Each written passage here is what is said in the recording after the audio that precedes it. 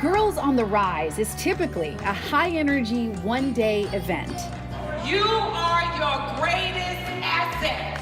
Community leaders, first responders, and a few journalists offer up their time and wisdom to tween and teen girls. It's only so much you can do in one day or 2 days or even once a month. But now we have funding where we can work with these young ladies for 12 weeks in a row. This expanded program is for 9th grade girls, and they'll learn skills you often don't get in the classroom. We're going to kick off with negotiation. That's right off the bat. We're going to do business acumen, also how to write a contract, how to read a contract. The goal is to eventually get Girls on the Rise in every high school in Washington. So this first class will help refine the program. For that reason, Katie says they will be compensated. They deserve to be paid for their genius and their brilliance that they're bringing into the program. They're going to help us shift some of these competencies and let us know what we should keep. An investment in the girls and an investment by them as they rise to become young women. A win-win that Katie hopes will bring all girls closer to their full potential. My highest hope for all girls is that we're able to create an equitable world, a world where women and girls can lead. It's expected for them to lead, and that we also have our men there as well. So this program is for all girls, and I think all girls will learn something out of it. Hi, I'm Katie Hall. I am the co-founder and the CEO of Katie Hall Foundation, and we are so excited that in 2021, we were able to roll out our Girls on the Rise program statewide, thanks to the funds at Building Bridges. We would love for you to be able to listen in to some of our credible messengers, which are the girls who actually went through the program. Listen in to learn a little bit more about what we did with our funding from Building Bridges. One thing that really stood out to me in this program, and that I'm going to keep in mind from now and in my future, is that success is not about talent, but about persistency. Sometimes, you will have setbacks. It is going to happen. But what really, defines who you are and how you move forward is your resiliency, your ability to recover from setbacks, to maneuver through them, to be strategic and thoughtful. Self-discovery spoke the most to me because I feel like it's really important, and especially for people to know that they don't have to figure out who they are all at once, and that it can take a while and that things can change. What are some of the things you care about in the world? And what brings you joy? Those are the kind of questions you ask yourself. And then don't expect the answer at that moment. Let it come into your spirit and you will start to figure that out. The other thing I would say is that there's no linear path to creativity. Creativity is when you recognize ideas that are authentic to you and that you are able to bring your authentic self to in order to bring those thoughts to being. Fitting in is not okay for other people either, right? Because they don't get a chance to get to know who you really are. So fitting in is just to try to fit in. I used to try to do that too. It doesn't work in the long run. You have to be your unique self, because when you're your unique self, you give others the ability to be themselves. Understanding that you are never competing with anyone except yourself, and it's just who you were yesterday. And so how can you continuously make those decisions to be your best self, because you deserve it and we need you. It gives girls an opportunity to feel like they're really a part of something, especially with doing something and you're doing something good for yourself and for other people. Like you're helping contribute to something bigger than just everyday life, like going to school or whatnot. It kind of doesn't really feel like you're really doing much. But with Girls on the Rise, it feels like you're really contributing to something bigger and helping learn so that when you're older, you can become like a girl on the rise.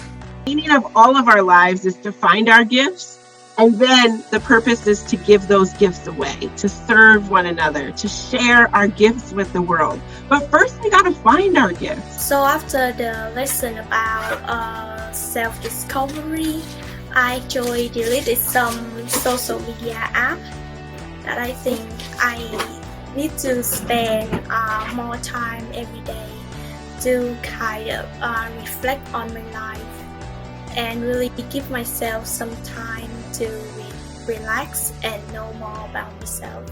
every girl in every state should have a chance to know about the program. When you are in meetings and in organizations, the more you listen than speak, the more you'll understand the dynamics at play, and the more that it allows you to understand what's really happening and what the undertones are that may not be spoken but are hidden. Like, even if the person may be rude to you when you're in a negotiation, you should consider it just pointedly as a problem to deal with or something to negotiate instead of something that's like about your ego and about your personality. Believe it or not, back in 2014, Washington State had the highest number of girls under the age of 18 in human sex trafficking. You have no idea how many people, even in areas where you wouldn't think, are being trafficked or being exploited because they don't know the language, because they don't, they don't know their rights, because they have, somebody else has their paperwork or their documentation, and recognizing that something doesn't seem right.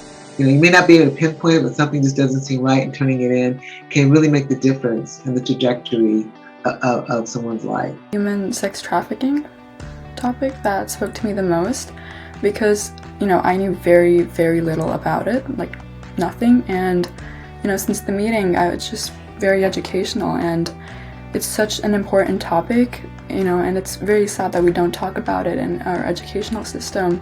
So as you can see, these girls were pretty dynamic. In just a 6-week program, we were able to cover so much. We covered our competencies. We learned a lot about negotiation. That seemed to be a very popular competency amongst these young ladies, as well as self-efficacy and self-discovery.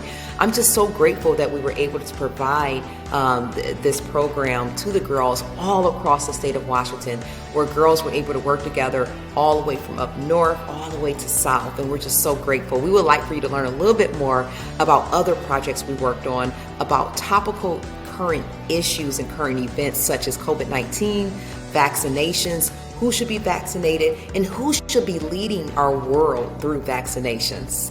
I think vaccination confidence can come from a number of different things. The first thing is using social media positively. A lot of people on social media have a really big influence, and some of them don't even realize how much of an influence they have. And if those influencers could use their power to spread positive messages about vaccinations, I definitely think that could gain confidence in us. Also, trying to avoid spreading rumors, false rumors about the vaccination could definitely create more confidence. Spreading awareness. Just getting it out there, telling everyone this is what it looks like. We need vaccines because of this. People are still dying and getting sick, and explaining why the vaccine is so important, what it's doing to help, and just showing people that have gotten it and have experienced that and saying it's helped me a lot. I think they take control by posting stuff, for example, TikTok, they post stuff like you'll turn into an alien if you do that, or it's just not necessary, and it makes people scared, and people actually have anxiety over it. Seeing the people you look up to being able to have it, as well as showing the evidence and education behind that. Right now, I think it's been such a political play that not only do people maybe not trust it, but also are additionally blindsided to it.